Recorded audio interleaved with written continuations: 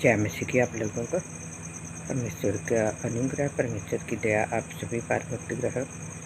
आज की इस वीडियो के बीच में हम लोग देखेंगे पास्टर उमेश जोसेफ जी के द्वारा जो हमने 29 सितंबर को लाइव स्ट्रीम के बीच में देखा था, प्रकाशित वाक्य 12 अध्याय के बारे में, एक स्त्री के बारे में जिसको कि बच्चा पैदा होने की पीड़ाएं के बारे में हमने थोड़ा सा देखा था, लेकिन बाकी हिस्सा जो है वो अभी आप इस वीडियो के बीच में देखेंगे। तो मैं माफ़ी चाहती हूँ क्योंकि इसके बीच में आप लोगों को थोड़ा सा पंखे का शोर लगेगा, तो थोड़ा मैनेज कर लीजिए। लेकिन मैं आप लोगों को कहना चाहती हूँ कि जो शब्द हैं एकदम से क्लियर सुनाई दे रहे हैं। हमारे गांव में मीटिंग्स होती है, वीरवार को होती है, और अगर पास्टर जी को कभी ना समय लगे तो फिर वो इधर उधर भी समय लेकर किसी और भी दिन कर देते हैं। लेकिन आज लाइव स्ट्रीम हुआ था और आज ही शाम को मैंने इस वीडियो को बनाया है, तो शाम के समय मैंने लाइव नहीं किया था।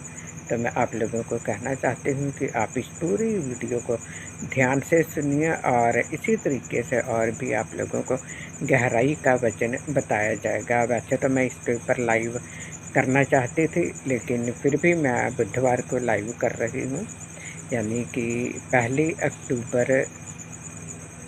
2024 का। तो अगर आप लोग उस लाइव को ना देख पाए तो आप बाद में ज़रूर उस लाइव को देख लीजिए। वो जो लाइव है 2 अक्टूबर को किया जाएगा और 2 अक्टूबर को ही उसको अपलोड भी किया जाएगा। तो शुरू करते हैं आज की वीडियो को।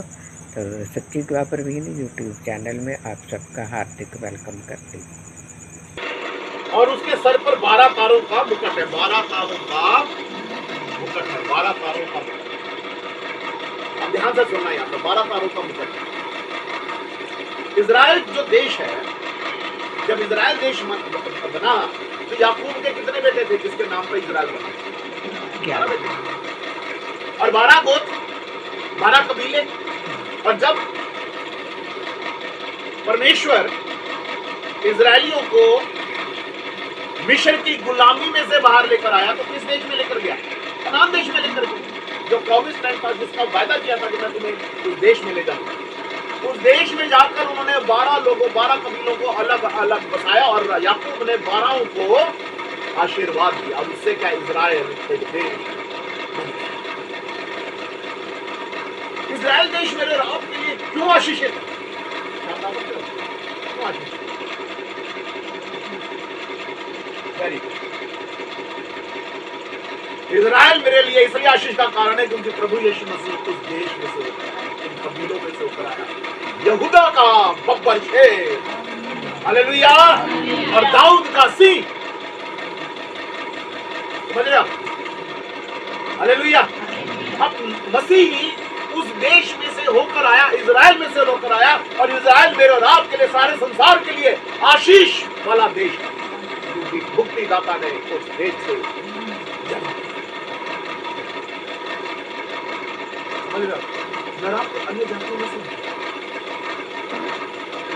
आप अन्य जातियों में से हैं, पर हमें प्रभु यीशु मसीह में जब हम आ गए तो हम भी इजरायली ठहर गए। Hallelujah, hallelujah.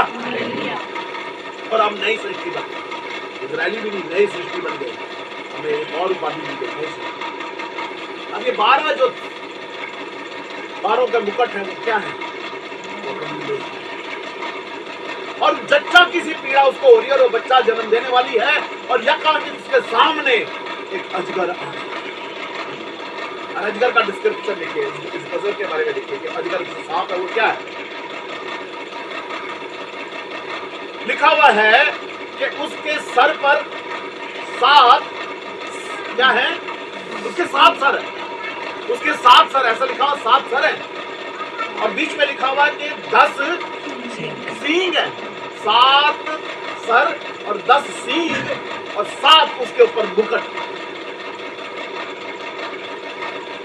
10 सींग का मतलब, सींग होता है राज्य को दर्शाता है, अधिकार। 10 राज्य, और जो 10 राज्य हुए हैं, 10 के 10 राज्य जो हैं सात जो उसके क्या है, सर है, और सातों सर पे क्या है, राज मुकुट है, राज करने का मुकुट। सात मैंने आपको एक चीज बताई थी, तो बताएगा क्या बताया मैंने आपसे? कितने जने थे आज हैं?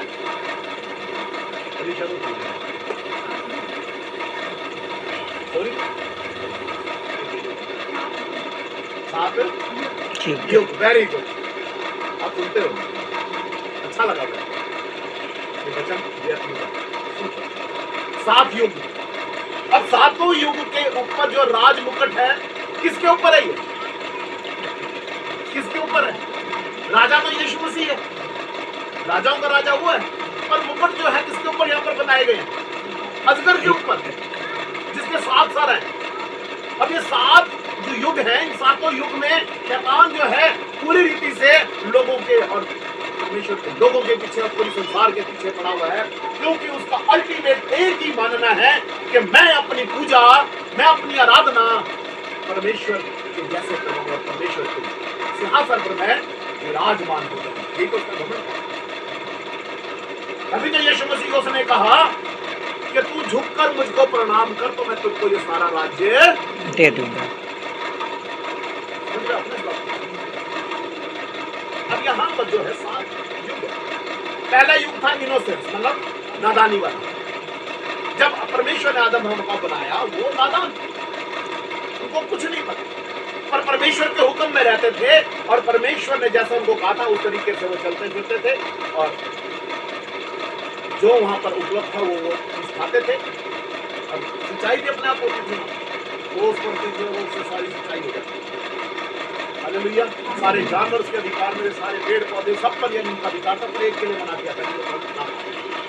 जिन्होंने फल खाया तो दूसरा युग शुरू हो गया। पहला युग वहां खत्म हुआ इनोसेंस का, दूसरा युग शुरू हुआ जहां पर एक दूरी परमेश्वर और मनुष्य के बीच में, और दूसरा युग था विवेक का। विवेक का मतलब था कॉन्शियस, चेतना जाग गई। क्या जागी? क्योंकि वो उसने भले और बुरे के ज्ञान का वृक्ष खा लिया, और अपने आप को सडनली वो अचानक देखने लगे कि हम तो नंगे हैं, और छुप किससे रहे हैं? परमेश्वर से छुप रहे हैं। पाप हमेशा हमें नंगा करता, और हमें जिसके प्रति हमने पाप किया था उससे, अगर हमारे किसी के विरोध में पाप किया होता है, हमारी नजरें हम उसके साथ मिला ही नहीं पाएंगे, या किसी ने हमारे विरोध में किया तो हमारी आंखों में वो आंखें डाल नहीं सकते। समझ रहे हो? दूसरा जो युग है, जो दूसरा युग था इसका विवेक का। विवेक मतलब कॉन्शियस, चेतना। और परमेश्वर ने उनको बाहर निकाला, और जब बाहर निकाला तो कबीले शुरू हुए, समाज शुरू हुआ, और जब समाज शुरू हुआ तो समाज शुरू होने के साथ तीसरा युग शुरू हुआ। तीसरा युग था पैट्रियार्क। पैट्रियार्क का मतलब होता है पुरुष प्रधान। पुरुष प्रधान, पुरुषों के द्वारा ही समाज चलता था। इसको पलटा पता किसने? पुरुष का वंश होता है। वंश किससे चलता है? आदमी से चलता है। पलटा किसने? ये यीशु मसीह ने। और किस तरह पलटा? क्योंकि वो स्त्री के द्वारा पैदा हुआ, स्त्री का वंश, हम स्त्री के वंश से। Hallelujah, hallelujah. ठीक है, दुनियावी तौर पे हम पुरुष, यानी कि हम पुरुष प्रधान देश में थे, पर अब जब हम नई सृष्टि में हैं तो हम स्त्री के वंश में। लेकिन लिखा हुआ है, मैं तेरे और स्त्री के बीच में बैर उत्पन्न करूंगा, क्योंकि स्त्री का वंश तेरे सर को उछलेगा। हम स्त्री का वंश, हम इसके सर को उछलेंगे। हालेलुया। तो ये पुरुष प्रधान देश भी, उसके पुरुष प्रधान युग था, उसके बाद ये बदल गया। क्यों बदला? जब परमेश्वर ने देखा, और परमेश्वर ने इस्राएलियों के सामने एक नियम ठहराए, पूरे संसार के लिए नियम ठहराए, और व्यवस्था भी। व्यवस्था हमें यह सिखाती है कि क्या करना है और क्या नहीं करना। इसको कहते हैं नियम, इसको कहते हैं लॉ। जो चौथा युग था वो लॉ का युग था। किसका युग था? नियम का, लॉ का। ठीक है, आपको समझ आ रही है कि ज्यादा मुश्किल तो नहीं है? अगर मुश्किल है तो बता देना, मैं कोशिश करूंगा सब आगे चलता हूँ। उसके बाद पांचवा युग, चौथे युग के बाद पांचवा युग आया कि भी ये लॉ तो दे दिया। लॉ का कहते हैं, लॉ जो है अगर कोई तोड़ेगा तो इसके या तो सुरक्षा कौन करेगा, या लागू कौन करेगा, या कौन इसके बारे में लोगों के ऊपर दंडात्मक कार्रवाई करेगा। इसको कहते हैं एडमिनिस्ट्रेशन। जैसे हमारी सरकार है ना, सरकार के नियम सारे सरकार हमारे से पालन करवाती है। उसके अंदर पुलिस है, उसके अंदर न्याय है, उसके अंदर कोर्ट्स हैं, वो सारे सरकार के अधीन आते हैं। समझ रहे आप? जो 5वां युग शुरू हुआ, वो 5वां युग शुरू हुआ राजाओं पर। राजाओं का युग ऐसा हुआ कि अत्याचार और बढ़ गया। राजा अपने आप को शक्तिशाली मानकर लोगों पर अत्याचार कर रहे, जिसके पास था उससे छीन छीन कर वो बुरा काम कर रहे। और परमेश्वर का वचन कहता है, इजरायलियों की देख लो, इजरायलियों में सिर्फ 2 राजा जो थे वो परमेश्वर के दृष्टि में अच्छा काम कर पाए। बाकी सारे राजा, क्योंकि उसके बाद तो डिवाइड हो गया था, 2 राज्य बन गए, एक नॉर्दर्न किंगडम बन गया और एक यहूदा बन गया, यहूदी जिसको कहते हैं ज्यूश। दो राज्यों में बट गया था। और जितने भी राजा हुए, सारे राजाओं में सिर्फ 2 राजा अच्छे थे, बाकी सारे राजा जो थे परमेश्वर ने देखा ऐसे लोगों का उद्धार नहीं हो सकता, तो परमेश्वर ने अपने बेटे प्रभु यीशु मसीह को भेजा। और लिखा है परमेश्वर के वचन में कि वो इस संसार में आया, अनुग्रह और अनुग्रह से परिपूर्ण होकर आया, ताकि मैं और आप अनुग्रह की अधीनता में।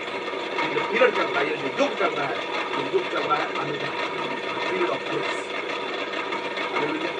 The period of grace. आज मेरे और आपके लिए अनुग्रह उपलब्ध है। जहां पाप की बढ़ती है, वहां पर अनुग्रह से ज्यादा अधिक होता है। आज परमेश्वर का कार्य बहुत तेजी से चल रहा है। हालेलुया। अनुग्रह जो है हमें पाप से और मृत्यु से बचाता है, अब जब हम विश्वास में उसके साथ जुड़ते हैं। हालेलुया। ये तो 6 युग हुआ, अब 7वां युग आने वाला। हम 6ठे युग में हैं। हम जो है इस समय 6ठे युग में हैं। अनुग्रह की युग में मैं और आप रह रहे हैं। 7वां युग जो आने वाला है वो है 1000 वर्ष का राज्य, जिसको कहते हैं मिलेनियम। 1000 वर्ष का राज्य बाइबल में लिखा हुआ है। इसमें ध्यान आप पढ़ोगे 1000 वर्ष के राज्य। उसके बाद लिखा 1000 वर्ष के राज्य में के बाद क्या होगा। अब ये 7 जो राजमुकुट हैं वो आपके 7 में नजर आ रहे हैं। पहले युग से लेकर आखिरी युग तक वो राजमुकुट जो है उसके ऊपर उसने पहने हुए, यानी कि राज्य कर रहा है। अब कहोगे 1000 वर्ष का राज्य हो तो यीशु मसीह उसमें यीशु मसीह का राजा वो राज्य करेगा, तो वहां पर ये जो अजगर है उसके ऊपर ये राज करेगा कैसे? क्योंकि वहां पर लिखा हुआ है कि 1000 वर्ष के बाद शैतान छोड़ा जाएगा। ऐसा लिखा हुआ है, 1000 वर्ष के बाद शैतान छोड़ा जाएगा और फिर वो भरमाने के लिए निकलेगा और वो भरमाएगा। और 2 जातियां, गोग और मगोग, जिसमें अच्छा लगा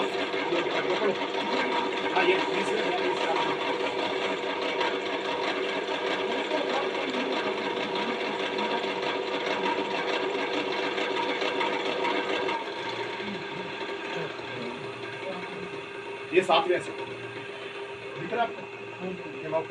जब 1000 वर्ष पूरे हो चुके तो ध्यान से सुनना, जब 1000 वर्ष पूरे हो चुके तो शैतान कैद से छोड़ दिया जाएगा। उससे पहले कैद कर दिया जाएगा, 1000 वर्ष के लिए कैद कर दिया जाएगा।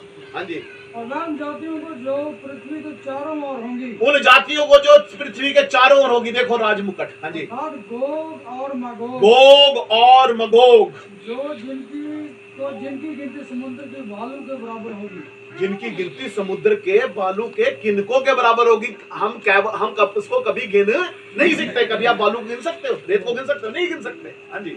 इतने लोग होंगे। हाँ जी। भरमा कर फिर लड़ाई के लिए इकट्ठा करने को निकलेगा। हाँ जी। तो सारे पृथ्वी फैल कर पवित्र लोगों की सामने और फिर नगर को घेर लेंगी। हाँ जी। और आग स्वर्ग से उतरकर आग स्वर्ग से उतरेगी। अंतिम लड़ाई देखिए। हाँ जी। आग स्वर्ग से उतरकर उन्हें भस्म करेगी, उनको भस्म कर देगी। बिल्कुल प्योरिफिकेशन, टोटली प्योरिफिकेशन। उनका भरमाने वाला शैतान आग और गंधक की झील में उस झील में जिसमें वह पशु और झूठा भविष्य दर्ता। आपको पता है, मैंने आपको बताया था कि हम खुदा बाप, खुदा बेटा, खुदा रूह कुदूस पे विश्वास करते हैं, ट्रिनिटी, त्रिएक परमेश्वर विश्वास करते हैं। शैतान भी एक झूठी त्रिएकता बनाएगा। उसकी त्रिएकता पता क्या है? लूसीफर खुद, झूठा पशु और झूठा भविष्यद्वक्ता त्रिएकता में काम करेगा। और उन तीनों को क्या है? आग में डाल दिया जाएगा। और रात दिन युगन युग पीड़ा में तड़पते। तो 7 युग जो है, ये 7 युग यहाँ पर ही लिखे गए हैं। उसके बाद फिर क्या, देखिए पढ़िए, उसके बाद आगे लिखा हुआ है कि फिर